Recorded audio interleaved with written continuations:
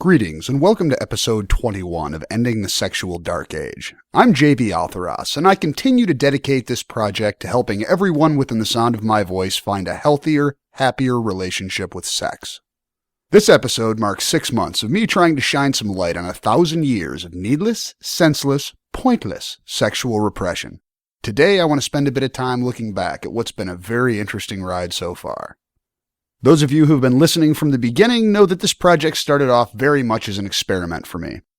I decided to throw down on 8 or 10 episodes and see if the world was ready for what one of you has described as the fuck tits cock pussy cum approach to sex education and sexual philosophy.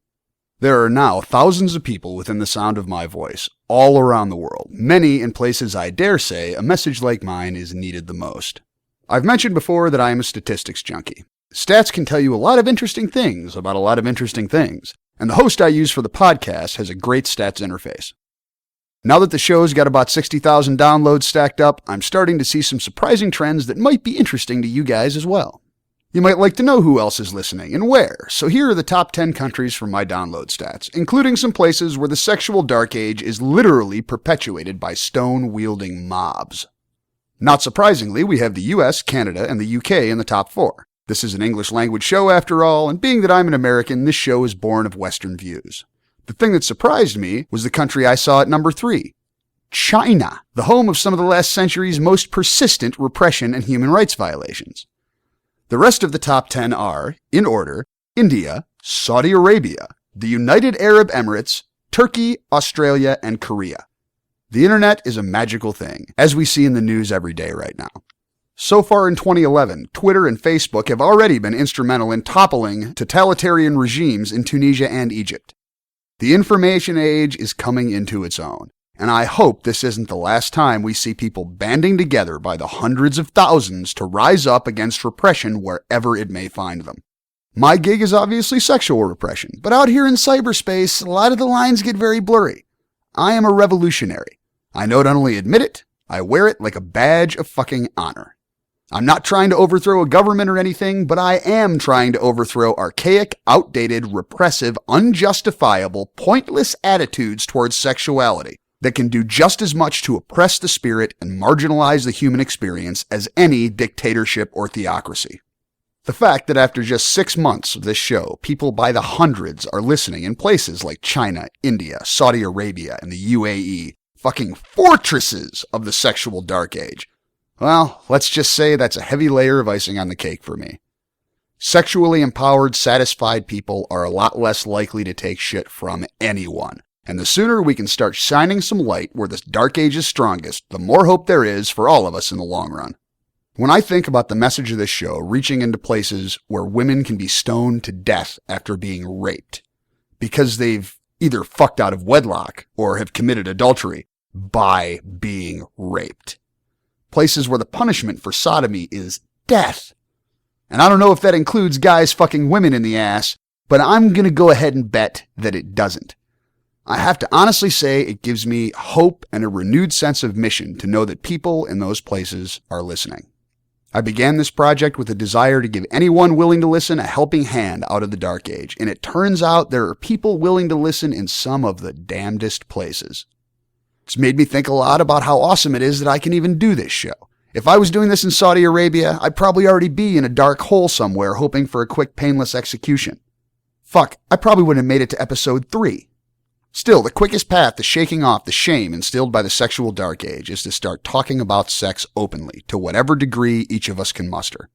Discussing sex openly with friends, and especially playmates, will help you realize pretty quickly that whatever your freaky desires might be, they're not uniquely dirty like society would have you believe. I intentionally do not require email addresses to post on sexualdarkage.com in pursuit of the same goal, so that any of you can stop by to ask questions, give feedback, or just generally feel free to speak your mind with total anonymity. In furtherance of that goal, I'd like to announce a new section of sexualdarkage.com.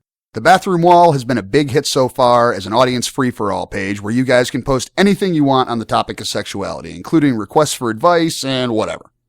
I now present you a new page called Confessions of a Dirty Mind. I know that a lot of you feel isolated when it comes to your sexuality, especially if you're on the younger side of the spectrum and you have desires that society does not condone.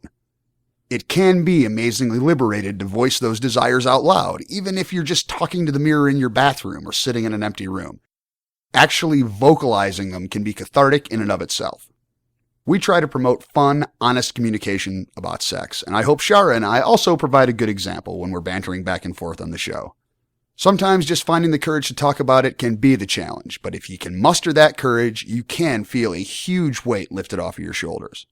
The new page is there for you to shout from the rooftops through a cloak of total anonymity. I encourage you, give it a shot. See what it feels like to admit that you're a girl who likes girls and not get bashed for it or get funny looks from your friends.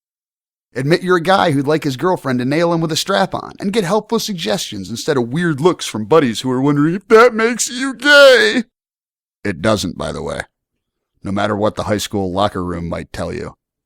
I can assure you, because I'm really getting to know and be continually impressed with the quality of this show's audience, that we can lend you some support even if nobody else will. My confessional offers no absolution, but only because you don't need any. There's no shame in acknowledging your desires, and you can admit them without acting on them. So to everyone, but especially those of you listening from places where sexual openness can get your ass killed, feel free to reach through the curtain of the dark age and join us on the website to confess the contents of your dirty, dirty mind while your name tag says nothing but anonymous. Nobody judges, nobody will be disgusted or rude, and we has cookies. Some of the other highlights of the show's first 6 months include picking up an impeccably credentialed medical advisor who recently put together a guide to keeping sex toys clean and safe. That guide was just posted on the website today in the new Sex Resources category, and it's there to help raise your safety IQ when it comes to sex toys. Many thanks again to our stalwart medical advisor, who is often behind the scenes but always looking out for the health and safety of our listeners. We also have a professional therapist using this show as part of therapy for people with sexual issues, which is a nice little surprise. And we got a thumbs up from a successful sex educator that I've got a lot of personal respect for. Above and beyond all this, we have made a ton of great new friends on Facebook and FetLife, and every one of you remains invited to join the conversation. All in all, doing this show has been a great ride so far. Based on all the feedback we've been getting, the first 6 months of Ending the Sexual Dark Age have been some help to a hell of a lot of you and a hell of a lot of help to some of you. There was a time that I was worried about whether I'd be able to keep coming up with new topics for shows indefinitely, but here I sit, 6 months in, with easily another 6 months of ideas lined up. I'm also starting to get listener mail a little bit backed up, and as always, you guys are asking some great questions. My thanks to the many of you who say, hey, get around to my question whenever, no rush. I assure you that I will get to all of you eventually, but knowing when something isn't an immediate concern for you allows me to get right on the letters that are more urgent. Speaking of urgent listener issues, in episode 18 we talked about Ninja's crippling boredom with sucking dick. The other day she posted, there is no better feeling than to know there's a team somewhere in the world trying to fix my giving head boredom. I'm also very glad there wasn't a bell ringer close by while I was listening because I was red all over. To answer your question about food, I haven't tried it yet. I really can't say why, but it's now on my list of things to do in the next 2 weeks. As for an update, music has been used during head-giving time, but it was a Will Smith CD, his choice not mine by the way, which was strange yet fun, like flirting with a nun. The skull-fucking while tied up idea was awesome. I forgot how much I liked it, and my guy was just all smiles. I realized after the experience that I get a comfort in being tied up that I can't fully articulate better than fucking yay. So far, giving head is back on my yay sex list. And that Pop Rocks trick is happening in the next 2 days. I can't believe I haven't thought of that before. Thanks again for all the help. You're very welcome, Ninja, and thanks to you, we can now put enthusiastic cocksucker repair on our official credentials and possibly even our business cards. I'm really glad the solution ended up being as simple as going back to something you forgot you enjoyed. And I'll use that as an example for the audience that the answer to a sexual issue might be staring you right in the face. You might just need someone on the outside looking in to point it out. Shara and I are always happy to chime in with our perspective on behalf of any one of you, and you just might be surprised to find amazingly simple solutions to what you feel are really frustrating problems. Speaking of amazingly simple solutions to frustrating problems, Malachi posted a comment on cock rings that I want to share with everyone. He writes, I've had a spinal injury, which pretty much means getting it up is a less than average proposition even with Viagra. Cock rings saved my life. With my little silicone ring, which lives in my wallet, I'm able to get back in the saddle. Not only am I functional, I'm harder than I have ever been and also able to last longer. Simply the best. Cock rings, love them. Now, I can't remember if I mentioned during the sex toy episode that cock rings have been shown to help some people overcome health issues that prevent getting hard. So I wanted to share this bit of expert testimony from Malachi.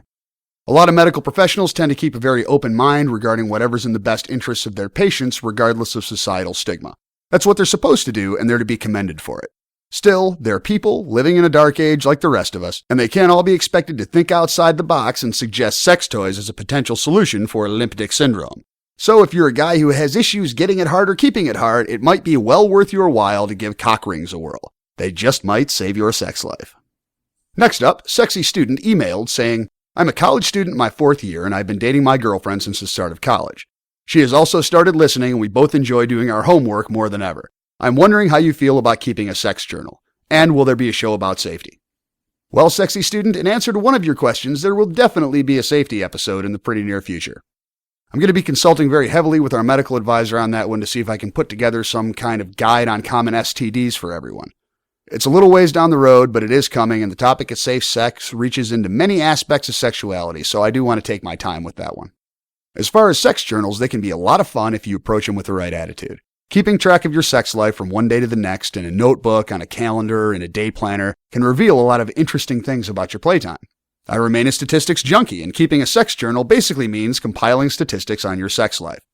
Depending on how detailed you make it, you could potentially learn a hell of a lot. If you're concerned at all about someone else coming across the journal, it's not hard to come up with a little code both you and your playmate understand, and for some things, you could even use pornoglyphs. You could just check off days on the calendar when one of you got the other off, or use it more like a diary of exactly what you did to each other and how well it worked out. If you think you'd like to start keeping a journal and your playmate is good with the idea, I say, by all means, go for it. As long as it remains a project that the two of you do together. Make it a part of your sex play. Taking out the journal afterwards while you're cuddling and making an entry together. In order to accomplish that, you'll have to talk about what you just did and how well it worked for you. So a journal can be a means to foster and support open sexual dialogue between the two of you. If you have trouble with open conversation about sex, the journal can become a catalyst. If you can both feel safe and open talking about it for the purposes of making a journal entry, that's a doorway into more open communication all around. It won't take long for that comfort level to spread out to the rest of your dialogue. Writing future intentions in the journal can also help spice things up. It's like making a date, and in long-term relationships, one thing that can fall by the wayside is making dates with your playmate and having hot encounters to look forward to, just like you looked forward to getting laid when the relationship was new. Taking the time to occasionally plan out a future encounter, even the day before, in any degree of detail, will keep sex on both of your minds and keep you thinking sexually about each other by looking forward to whatever you've got planned. And don't hesitate to be a little bold. If your sex life revolves around the bedroom, make a date to fuck on the kitchen table, or get a hotel room just to get away for the evening, or whatever.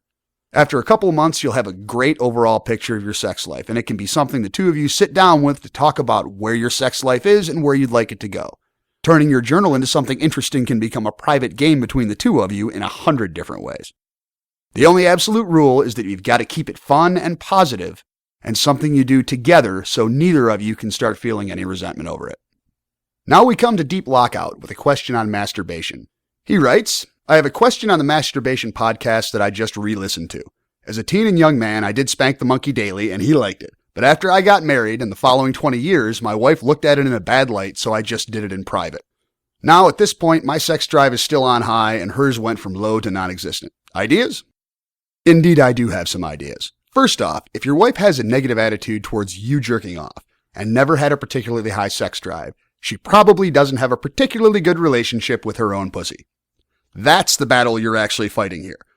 I'll go so far as to wager $1 entire dollar that she doesn't own a vibrator. Or if she does, it hasn't had the batteries changed in a good long time. There is a whole episode on thawing the ice in the works, but hopefully I can give you a little direction today.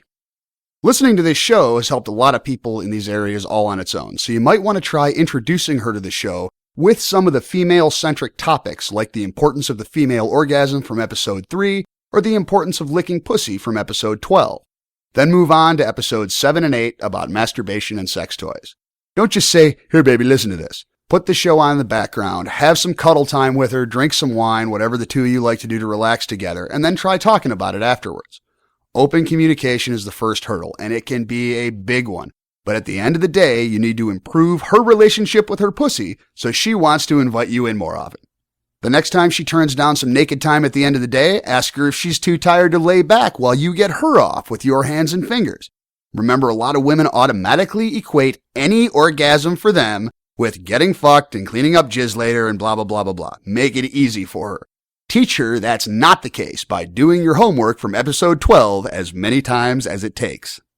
Talking about sex can start with a yes and no on her end, and simple questions like, do you like that, on your end will start opening that up. I'll hit that topic a little harder in a future show dedicated to talking about sex. Something you should bear in mind is that if the sex in your relationship has dried up, one of the best things you can do is resurrect the little things that got you in her pants in the first place. Recreate some date that you both went on that you never forgot, or something like that. Try getting her head back to where it was when your relationship was new, and sex was something you were trying to get from the girl you were hot for instead of something you do have a reasonable expectation of getting from your wife. As far as jerking off, do it anyway. Every one of us has the inalienable right to at least one orgasm per day. Maybe your wife doesn't realize that she does too. But getting off is good for the body, mind, and spirit. And if she's not willing to help, she's invalidating her opinion on the matter. Remember from episode 7, every time a woman gets off, she's reducing her risk of cervical cancer. Just like you're doing prostate maintenance when you choke the chicken. You're just looking out for the health of the woman you love. Hopefully this gets you started, Deep Lockout. And as always, I'd love to hear back from you regarding whether this helps, and especially if it brings up new questions. The last listener mail item comes from Roxy, who's having some trouble navigating her open marriage. She gave me a lot of detailed background on the situation, which is great. Dealing with sexual issues is all about the background, but I'm going to filter most of that out with the following summary to protect her anonymity. She's been with her husband over a decade. They started swinging a few years ago, and she's really enjoyed exploring her bisexual side. Last year, things between her and her husband had cooled off sexually outside of the swinging, and she discovered he was having a covert affair. The rest of what follows are her words with a few details removed. Roxy writes, "When I found out about this affair, I had just begun one of my own. I fought for my marriage, but being as I appreciate an open marriage and my new boy toy was making me orgasm amazingly, I allowed my husband to continue seeing this woman. I let him be with her knowing I did not want to let go of my newfound pussy-eating treasure. They continued fucking until a little while back, so I've been my husband's only partner. I feel guilty and he makes me feel guilty for keeping my boyfriend around. Me and the boyfriend have been having sex twice a week for months. Not only do we have the best sexual experiences I have ever had in my entire life, but every time it gets continually better. He eats me out confidently, forever, picks up my every signal, gets my G-spot, makes me scream and moan and pant. I had to actually say fuck you for making me feel that good the last time. I definitely love this man, my boyfriend, who is also married with a wife who is unaware and who doesn't give it up. We have been telling each other that we love each other for a long time. He tells me he can open up with me more than he can with his wife. Long story short, this whole time I have been fine with being his girl on the side. But I think you just get to a point where you don't want to be that anymore. I don't want to lose the best sex I've ever had, but I'm in love with a man who I now feel will only take me sexually and wouldn't want to be married to the whore. I'm just at a point right now where I'm wondering if it can ever be simple again. The days I'm with him, I'm on cloud 9. The rest of my time is spent waiting to be with him again. On the other hand, I'm trying to get my husband to be the best lover he can be. If I could have these amazingly mind-blowing orgasms with him, I wouldn't need Golden Boy." Well, Roxy, from the outside looking in, it seems like you and your husband were missing something sexually in your relationship, and you each found it through swinging. Not that you were necessarily missing the same thing, but it seems like you both found it. For whatever reason, you never talked about it, and you both ended up crossing the line from swinging to cheating without the other knowing about it. This gives you an interesting starting point with the cheating, since effectively you're both equally to blame and nobody has any mud to sling. You were both having your fun, so you chose to just open up your marriage and allow the status quo to continue in a new and improved, authorized version, thus continuing to avoid getting together and talking about what exactly had been missing in the first place. So currently you're in an open marriage in which each of you theoretically has a consistent long-term playmate outside your relationship, which can work fine long-term as long as you've both got playmates outside the marriage. The big downside to that mechanic is that it only works when you've both got stable extramarital playmates. The guilt you feel and the resentment he feels are both totally predictable given the circumstances. If the situation were reversed and you knew he was getting 2 porn star fucks a week while you were just burning up batteries, you'd probably start to feel the same way. Maybe not to the same extent, but I'm betting you'd probably start feeling the same way. If he knows that you get off harder and better with your boyfriend, that just magnifies the downside because it makes him feel emasculated. Here's the thing. You do have every right to the amazing orgasms that you get with Golden Boy. You do need to keep getting that level of sexual satisfaction, and you deserve it. The question now is whether you continue getting it from a married guy who's never leaving his wife, or if you can get it from the husband you're obviously looking to reconnect with. Right now, your husband is effectively between outside playmates, and you're no longer satisfied with what you've got going on with your boyfriend. From the tone of your letter, it's obvious, at least to me, that the situation is winding down there. That makes this an ideal time to confront and get past the issues that led you to look outside your marriage for orgasms in the first place. Not everyone starts swinging or having an open marriage and keeps doing it forever. It might become a permanent fixture in a relationship, but some people get what they need out of it emotionally and exploratorily and then go back to monogamy. Some people go wild for a little while and then dial it back. There's no right or wrong way. It's all about what's right for you as your sexuality evolves. In my opinion, it's time for you to sit down with your husband and have a serious conversation about what you're both getting from the play outside the marriage that you aren't getting from each other. That's the big menacing door between you and things being simple again. You need to try to run the clock back and have the discussion about what's sexually missing between the two of you that you should have had before you started swinging, in hindsight, of course. Set aside a night to spend together and tell your husband that you realize there must have been things he got from his girlfriend that he wasn't getting from you, and that you want to know what those things are. Did she suck better dick? Did she call him daddy when she was about to come? Whatever it was, you need to know, and then determine if you're willing to work at filling that void, and he needs to do the same for you. What you both need are achievable goals, one at a time, that bring the two of you closer together. Remember, he's a guy, so you can't be subtle. You have to hit him over the head with a fucking brick and say exactly what you mean. Tell him that you want him to teach you, and the phrasing is important there. You want him to teach you how to give him the best blowjob that he's ever had, no holds barred, and that you want to teach him exactly how you like to have your pussy licked. Make sure you try to build an atmosphere of compromise and communication that goes both ways. I'm a big fan of swinging, open relationships, and pretty much all other forms of hedonism as long as they're working for the players.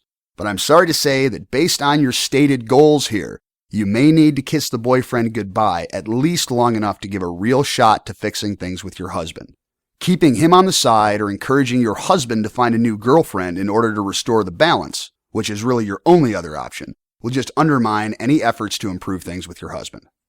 I suggest you give each other 100% of your sexuality at least for a little while. You mentioned turning him onto the show, so I further suggest that you take him back to the beginning, listen to it with him, and do your fucking homework. Make sure you're doing it together at whatever pace entertains the both of you. If you continue on with the open marriage, don't let your outside relationships overwhelm the sexuality between the two of you. Make a commitment to fuck each other at least as often as you're playing outside the relationship, and continue every time the two of you fuck trying to be the best lay that the other has ever had. The effort counts for a lot and brings passion to the playroom. Try setting aside something sexually that the two of you only do when you're together. Maybe it's anal, maybe it's facial cum shots, maybe it's somebody, I don't know, wearing a chicken costume, whatever. Pick something both of you like and then only do it together so that you've got at least one piece of your sexuality that doesn't get shared outside the marriage. As one other option, since you are happily bisexual, you also might suggest finding a new girlfriend for the two of you to share. This is still you taking a break from the boyfriend, him not looking for a new full-time girlfriend, and offer to use a new girlfriend that the two of you share as a stunt pussy to actually show him how you like to be licked. The prospect of tag team blowjobs tends to make any guy pretty reasonable, and if it helps, you can tell him that's how I learned how to lick pussy, and it's worked out pretty well for every woman I've played with since. Ah, to be young again. That's all I've got right now for you, Roxy, but I would be very happy to revisit this issue whenever you choose to drop me a line. So, Shara, welcome to the semi-anniversary show. Well... What is that even for? I don't know. Already? No, don't... Oh.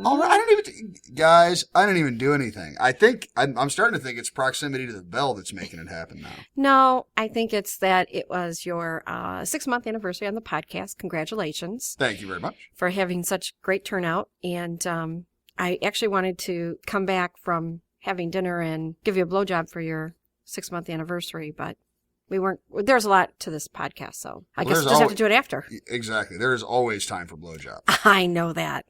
Believe me, I know that.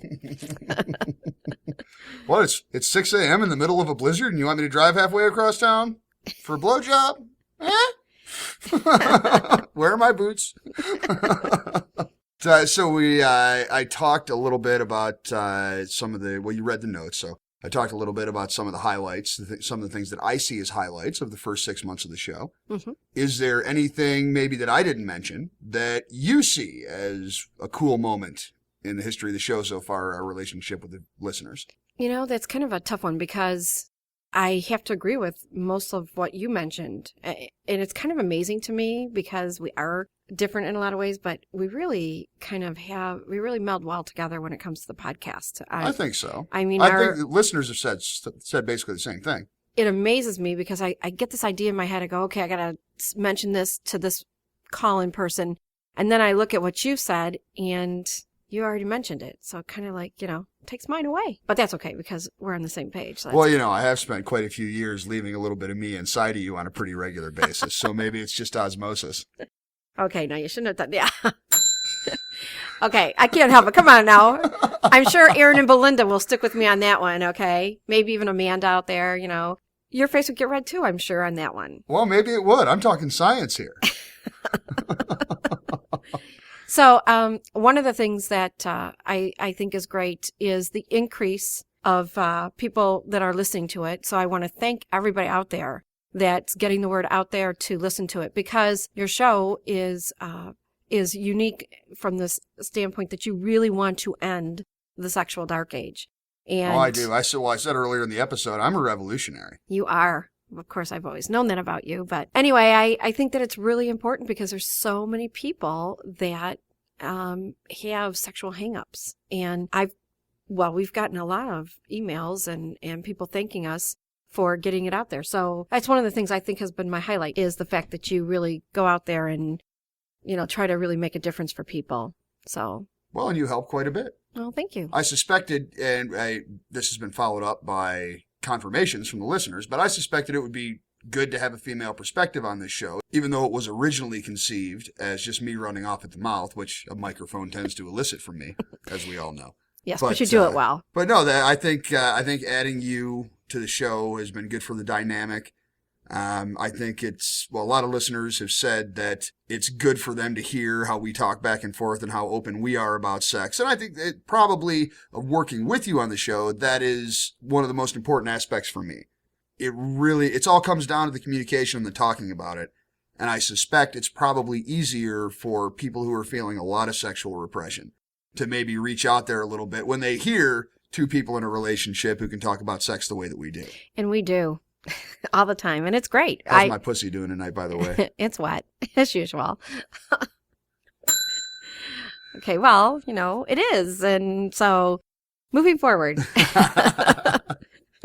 You saw that Ninja posted to let us know that she is pretty much all systems go again. I am so proud of her. So happy for her. Because, one of the things you really have to enjoy is sucking cock. If you don't, it's a chore. So I'm glad. I would imagine. And why I put up the bat signal. I called the guild and said, well, we're about to lose one, fellas. Well, and I went to the Pink Mafia and said, hey, ladies, give me some ideas here. And how can we help her? And, so I'm glad to see that everything's back on track. And I hope to hear from you again, that we hear from you and hear, how some of the other ideas worked. Oh, yeah. Well, Ninja was one of our earliest listeners, one of the earliest listeners to actually communicate with us. So I'm sure she'll be around for a while. And she does seem to be having fun. Good. One thing that you and I did not really discuss beforehand, this was a listener item that was sent to me a little while ago, and we haven't really talked about this in a while. What did you think about the sex journals issue? I think that a sex journal is a great idea. And I think that it works for the female, the male, and as a couple. New experiences, the likes and dislikes. And I like the idea of putting down your favorites and marking them. Want to try it? If you'd like. Well, of course, slave, you will be responsible for the actual keeping of the journal. Why, of course. Certainly. But, well, I already write in a journal, but I could keep a separate one. Yeah, no, I would totally support that. Okay. And I would imagine that we will find, well, for us, it's going to be entertaining regardless, but I would imagine that anyone would find that going back through the journal as an excuse to just kind of talk about sex and bring more intimacy into your relationship, to go through the journal on a halfway regular basis. Just, oh yeah, remember that time? And, I bet you that'd be really good for intimacy. I think so. And we had a place down in Florida on the ocean. And if you recall, I had a book there that I asked people to, I didn't force them, but I left it there for them to write down their experiences so that we could read it. And what was fun was when we would go back and could read what somebody else, where they went to visit or what they went to do or what they enjoyed most about staying there. It's about getting away and relaxing, of course. But anyway. And sometimes dealing with just horrendously drunk neighbor skanks. But that's a story for another time. That's a story for another time. But it certainly didn't interfere with us having sex. Well, no, does anything, really? No. But anyway, so my point is that if you keep a sex journal, it also could be fun to go back, spend some cuddle time and go, okay, let's look at this and do it, like what was the favorite moments and things like that, and kind of enjoy them together, reading back about them. Because I enjoy reading what other people wrote in my book at the condo. All right. I can't wait to have an experience like, seems it's been 42 days since I fucked you in the ass. Okay. Next subject. Oh, that bell. you don't like going that long, do you? No. I won't ring the bell again. Okay. Just for synchronicity, but. Thank you. I should. Next up, we have Deep Lockout, who was asking for some advice about essentially thawing the ice in her marriage that's pretty much frigid. He said his wife has essentially a non-existent sex drive. Mm. Do you have anything to add to what I had to say? I think that you covered it very well. I agree with you. Keep on doing it because you know what? If she didn't like it, I'm sorry for that. But I think that men and women all have their own individual needs. And masturbation certainly is on my favorites. Obviously, we know that about me. But I think that it is imperative to do what you enjoy doing in life. And the other thing is, I agree with you. She might be like unhappy in the relationship, and I'm not sure why, or just tired of sex, or, and sometimes you got to rejuvenate that. And I think that you had a great idea. I believe that you said getting the candles and, having a little cuddle time and discussing it. And if she listens to the podcast, if you can get her to listen to the podcast, I think one of the most important things about it is to say, I want you to listen to this so that I could hear what your thoughts are on it. I came across it because I was concerned about our relationship. So I started listening to this and, these were some things that came across, some of my favorite episodes. What do you think? And hear and listen to her when she talks, because I think that that's important. I think sometimes communication gets lost in a relationship. You don't listen to what the other person wants, and that's very easy to do. Oh, definitely. And one, I didn't think to mention this when I was recording the earlier part of the episode, but you brought this up. One very legitimate complaint that women have about men, and I'll put my hands up and come out without a fight, is that we do not tend to talk about our feelings. Right. We don't, we are not the ones that are generally starting the, hey, let's talk about our relationship type scenarios. Right. And you usually, and that's the majority of men. You do have the men that will talk about it. Right. But the point is that when you do that, it usually has a tendency to get a woman's attention. I mean, you get points. There are big points that you get for being willing to have a serious conversation about the relationship in the first place. You get some bonus points for bringing it up yourself. So right. that's not, that can't tip the scale. So it's just something to bear in mind. Especially if you are showing concern for her needs, that goes a very long way because, as you said, most men don't talk about their feelings. They also, no offense, this isn't everybody, but a lot of men don't think about the woman that has the needs. They basically get up in the morning, they do what they got to do and go through their day. And at the end of the evening, relax and whatever. You're not really necessarily worrying about somebody else's feelings. Some men do. You are very great about paying attention to my I'd say feelings. that's generally true. And I mean, that's part and parcel of the sexual dark age. That's one of the attitudes and prevailing conditions that we're trying to change a little bit. Right. And I think if you really listen to your partner and get in tune with it, the sex can be absolutely phenomenal. So that is the one thing that I would say going forward is pay attention to what her needs are and what is it that could make her happy. And she may not want you, masturbating. She doesn't need to watch it, but at least, hey, this is my time and I'm going to be off doing this and letting her know so that she doesn't walk in if that's what you're worried about. But having that time frame. Also, she might enjoy having the dildo or playing with her toy. And of course, I'm still trying to start my dildo world. So, we'll have to keep that going. Well, and I did have to I read the audience everything that I got from Deep Lockout. So I did have to do a little bit of speculating. The prevailing conditions tend to lead me to believe she probably does not masturbate very often. She probably does not own a vibrator or has not used it in very long. And some women aren't comfortable because they're not comfortable with their own sexuality. Right. And so. Right. But my suggestion to him, he should warm things up a little bit, but he should not jump right to showing up with a big plastic dong. No. I mean, that is not step one. No. Because, first of all, some women just aren't into it, period. And I think that that's few and far between, but there are some that just are not into it, and she might be one of them. However, understanding what does make her tick and possibly just licking her pussy. I cannot imagine any woman not wanting her pussy licked, okay? Might not want to play with a toy. I can't imagine any woman not wanting her pussy licked. Yeah, that's always, what's never been an issue with you, but it is always. And it never will be. It was always in my younger days, my immediate response to I'm too tired. Oh, really? Too tired to get your pussy licked? The answer to that question is generally not yes. And then now you're warming her up, and then she's ready to have sex. So, it's just like, I have very rarely seen a woman too tired to get her pussy licked. I have rarely seen a man too tired or drunk out of his mind or on the edge of death suffering from hypothermia who would turn down a blowjob. Very true. Very true. Warm me up through the snorkel, baby. So, anyway, so that would be my comment. I agree with you. Sitting down, cuddle time. Maybe having the podcast ready and suggesting to her, look at, this was introduced to me, and perhaps if you could listen to it and not necessarily be around when she listens to it. I don't know. Well, sure. And he would obviously be the best one to judge how to deliver it to his wife, because it's his wife. But, some version of, hey, baby, I found this podcast. Seems to me this guy says you need to be having a whole lot more orgasms. And I'm here to help you. And it is that attitude and coming at it from that direction can work wonders for thawing the ice. Exactly. I have come to the conclusion that you need to get off a lot more often. So let's talk about that. Listen, don't worry about my dick. My dick will be fine. We're not here to talk about my dick. We're here to talk about you and your relationship with your pussy. And I think that you'll find that she'll turn the corner. So, and we'd love to hear how it works out. And hopefully some of these ideas will be helpful.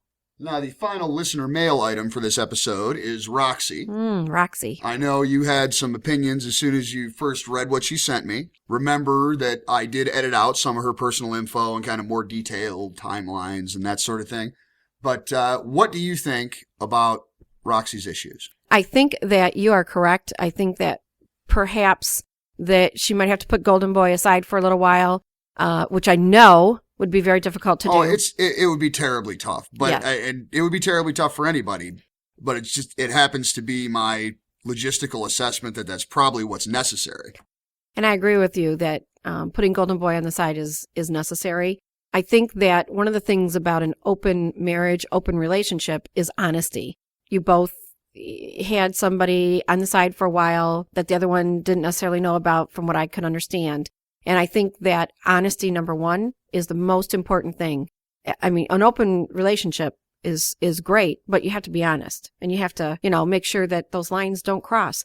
I feel very secure in the fact that if you and I were going to be with somebody else, whether it's a couple or a girl or a guy, that when they walk out that door, it's still going to be you and me. Oh, yeah. Well, we have enough of a track record that we can be comfortable about that with each other. Right. So I know that it's not going to go anywhere. They both have to be able to have that. And I think that they can. I just think that they have to go back to the basics for a while, which means, yes, Golden Boy's off to the side for a while, and maybe permanently, who knows? You might find if you can get your husband to please you the way Golden Boy has, you wouldn't need Golden Boy anymore. And from the tone of her letter especially, I think that really is her goal. I do too. That's why I'm driving the advice in that direction. And I think regardless, it's possible maybe she can't bring herself to give up Golden Boy, and that's perfectly valid. She's got to do what she feels is best for her. But my other point, which is related, is if she's going to keep Golden Boy, in order for her to work things out with her husband, they have to be on a level playing field. So they either have to both have something on the side, which obviously distracts them both, so it would give them less energy to put into their own relationship. or they both need to be without somebody on the side. I think that's the only way she's going to get any kind of meaningful resolution. Yeah, it's a difficult position because of a couple of things. It sounds to me like there are some sexual hangups perhaps in the marriage, and that's why the swinging part of it helped. Well, yeah, I surmised that. There wasn't really anything she said to that effect, but they were married for a long time. They started swinging. After they started swinging, they both ended up with something on the side. So that just indicates to me that there was some divide. They were both missing something that they really wanted. Right. And they managed to find it, but without talking about or really communicating about what those missing pieces were. Right. And one of the things that I find is helpful is make a list. What is it, if it's just the sexual part of it, make a list. What is it that you're missing sexually, and see if it can make a difference. Obviously, everyone's goal in life is to be as happy as we possibly can. I mean, that's what it should be anyway.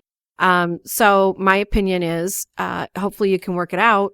I find if she does go back to Golden Boy, he's married, and it doesn't sound like he wants to leave his marriage. And if I understood it correctly, she was to the point in that she wanted either to be more than just the other woman. And if that's the case and he's not going to leave his marriage, that's going to leave her frustrated as well. Right. And it seems like that was part of my advice as well.